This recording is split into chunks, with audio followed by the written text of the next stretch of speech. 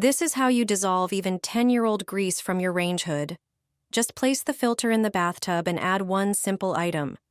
Over time, metal filters collect dust, grease, and food residue, which makes the hood less efficient. Unfortunately, many people forget to clean them regularly. But the good news is, cleaning doesn't have to be time-consuming or difficult. Simply remove the filter from the hood. If it hasn't been cleaned in a while, you'll immediately notice a thick layer of grease and grime. Getting rid of it can be quick and easy. Put the filter in the bathtub, then pour in a bit of cold water, especially important if you have an acrylic tub. Now drop in a regular dishwasher tablet. Pour in about 2 quarts of boiling water and leave it for 15 minutes. During this time, the tablet dissolves and gets to work. Its cleaning and degreasing power is visible right away. The dirt disappears even from the smallest corners, and you don't have to lift a finger. Finally, dry the filter and place it back. Done. Your range hood will work like new again. Ever since I started cleaning my stove this way, my gas bills have dropped noticeably. Cooking takes less time, and the flames are much stronger. Anyone with a gas stove should give it a proper cleaning from time to time because dust and food residue can clog the burners and their inner parts. If the flame changes color while cooking, it's a clear sign it's time to clean. Simply remove the burner and cover it with toothpaste, spreading it carefully into the gaps with a silicone brush, an old toothbrush, or even your fingers. Toothpaste has abrasive and polishing properties, making it perfect for removing residue and restoring shine. Once all burners are ready, place them in a bowl. Add a tablespoon of salt, a tablespoon of baking soda, and some dish soap. Salt has antibacterial properties, baking soda is a strong cleaner that neutralizes odors, and dish soap breaks down grease and grime. Pour in hot water and leave for about 30 minutes. The rest of the stove is cleaned differently. First, wrap the igniter in plastic wrap and spray the surface with kitchen cleaner. Don't scrub. Instead, cover the stove with plastic wrap for about 15 minutes. This boosts the cleaner's effect and makes your job easier. Afterwards, simply wipe the burners with a sponge. The dirt comes off easily. After removing the wrap, the food residue will stick to it, and all that's left is to wipe the stove with a damp sponge. Finally, use a cotton swab to clean inside the burner and remove any remaining dirt and water. This way, the gas flows freely, the burners regain their power, and your gas bills go down again. 5 home methods to clean your oven that melt burnt-on grime like butter in a pan, without spending a fortune. You'll use these tricks for years. Sprinkle baking soda inside the oven, pour Coca-Cola, add salt and a bit of glass cleaner. This mix will dissolve dirt and grease without scrubbing. After a few minutes, wipe it all off with a damp cloth and your oven will shine like new. Put limes in the oven and see the amazing effect. Slice them, sprinkle with baking soda, add vinegar and a little water, then bake at high heat for 20 minutes. The steam will loosen grime so you can clean effortlessly. A simple coin can solve stubborn oven stains. Mix baking soda, water, and vinegar, spread over burnt spots. Place the rest of the mixture in the oven at 210 degrees Fahrenheit for 40 minutes. Dirt will lift off without scrubbing, and the coin trick removes the rest. Clean a burnt oven with no effort.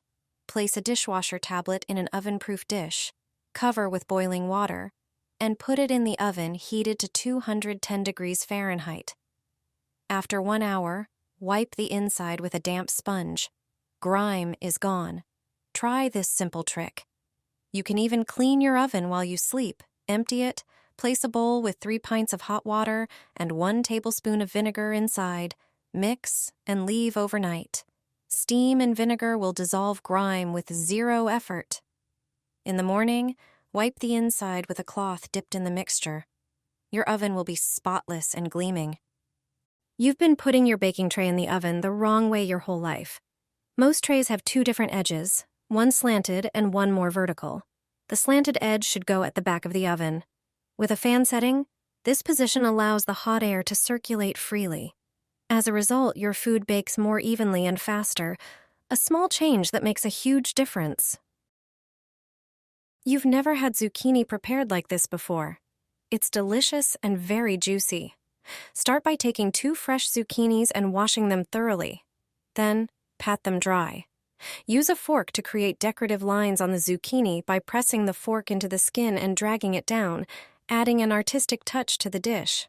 Slice them and neatly arrange them on a cutting board. Generously season both sides with salt and pepper. In a medium bowl, crack 3 eggs and whisk them lightly. Then, add a pinch of salt, pepper, paprika, and basil. To the egg mixture, add 3 tablespoons of potato starch and 4 tablespoons of sour cream. Whisk vigorously until you have a smooth, creamy batter. Preheat the oven to 180 degrees Celsius. Prepare a baking tray lined with parchment paper. Dip each zucchini slice first in flour, then in the egg batter, and place them on the baking tray. Bake the slices in the oven for 20 minutes until they become golden and crispy. Meanwhile, dice a ripe tomato and place it in a bowl. After the initial baking time, take the tray out of the oven and top each zucchini slice with diced tomatoes and your favorite shredded cheese. Put the tray back in the oven for an additional 10 minutes, allowing the cheese to melt and the flavors to blend beautifully. Once removed, the zucchini is ready to serve. It's delicious, and the toppings enhance its flavor. It works perfectly as a main dish or a snack. Breakfast cups with your favorite toppings. I've made them several times and they turn out perfectly every time. Take some puff pastry and place it on a baking sheet. Then press it down with another identical baking sheet to create perfect indentations in the shape of cups. Now take some eggs and crack one into each cup. The eggs are the main ingredient in this dish. Sprinkle some chives into the breakfast cups. Next, add some pre-cooked bacon to the eggs. Season each one with your favorite spices. Use a knife to cut the pastry into squares, separating the cups.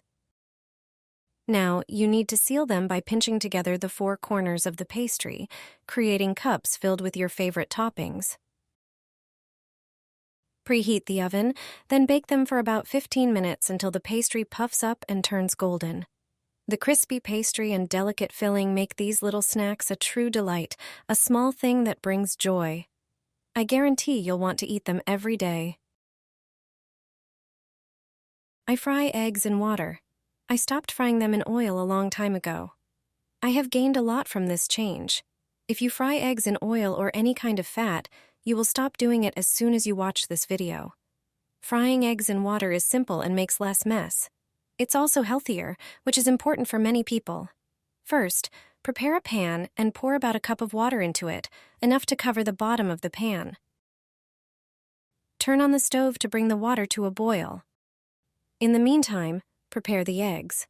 First, crack 1 egg into a small bowl, then the second. Once the water is boiling, add 2 tablespoons of vinegar. Stir the water with the vinegar. Vinegar is ideal for preparing eggs in water. Now pour the eggs into the pan. Leave them in the pan for a few minutes. The whites need to set well. This will take a moment. When you see that the eggs are ready, turn off the stove. Remove the eggs and place them on a plate. All that's left now is to season them to your liking and eat. I hope you try this trick and are as satisfied as I am.